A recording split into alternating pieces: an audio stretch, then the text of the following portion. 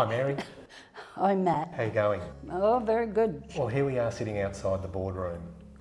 We'd normally be sitting in there, and I just know how familiar you are with the boardroom and all the decisions that have been made around the boardroom.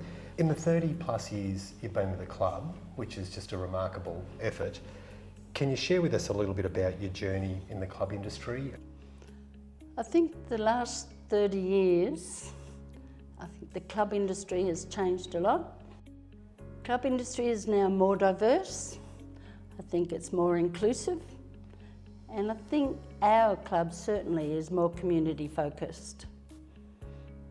Mary, what motivated you to get on the board? How did you get on the board? You probably told me this story 30 times. I was asked by Billy Eads, who was a former director of the Canberra Southern Cross Club, to nominate as a board member, and I saw that as a way that I could continue helping the community. I have been involved in volunteering most of my life, and so I just saw this as another way of giving back to the community. I've seen the club grow from a small club at Woden, where we had a car park outside at the door, a very small car park, wasn't it? Small, tiny. And then we had Yamba Club, we got Henry's down at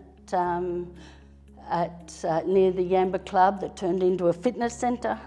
We then got Tuggeranong, Jamison, Yacht Club, and we've really grown over the years.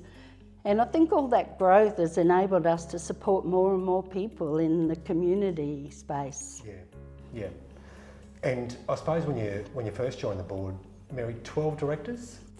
There were 12 directors, yeah. And many females, or at the time when you first joined? There were 3 females when I joined. There was Joan O'Neill, Billy Eads and myself. And then Joan and Billy retired, and for a long time, about 10 years I think, I was the only woman on the board. How was the 10 years, Mary, being the only female on the board? You would have been good in the boardroom. I believe I was still learning. I was still learning to negotiate a male-oriented environment, and I learnt to make sure my arguments were sound.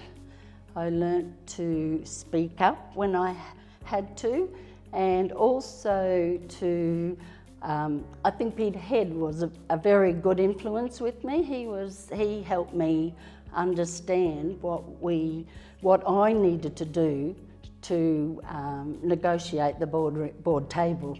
Yeah. Mary, in your time on the board, and I suppose there's been many memorable moments, is there a couple that sort of really spring to mind and stick out?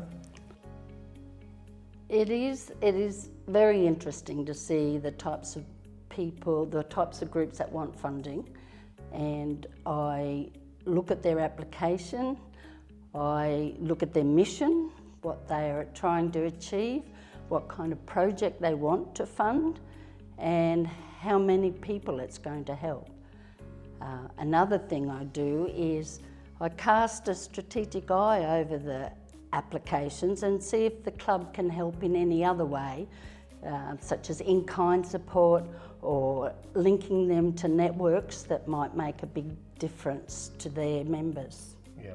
Mary, is there anything you would say to young women going into a role on a board? I would say to them, be confident and own your own space. Great. So Mary, 30 years is a remarkable achievement, and I suppose you don't get thanked that often because it's really a voluntary role. So on behalf of, I'm sure your fellow board members, and I know the staff here at the club, thank you for your 30 years of contribution to the club. It's been quite remarkable, and I know that having only been in the role for 10 months, myself, I thoroughly enjoy having you in the boardroom around the table because you've always got a question. It's always a good question. I haven't always got the answer, but at least you allow me the opportunity to come back to you with that answer. But thank you so much for everything you've done. It's been a pleasure. Well done. Thank you, Matt. It's been a very exciting ride, and I think I'm the privileged one for being part of the Canberra Southern Cross Club for so many years. Good on Thank you. Mary. Pleasure. Mary, there's only been 4 CEOs. Who's your favourite? You, Matt. I knew you'd say that, Mary.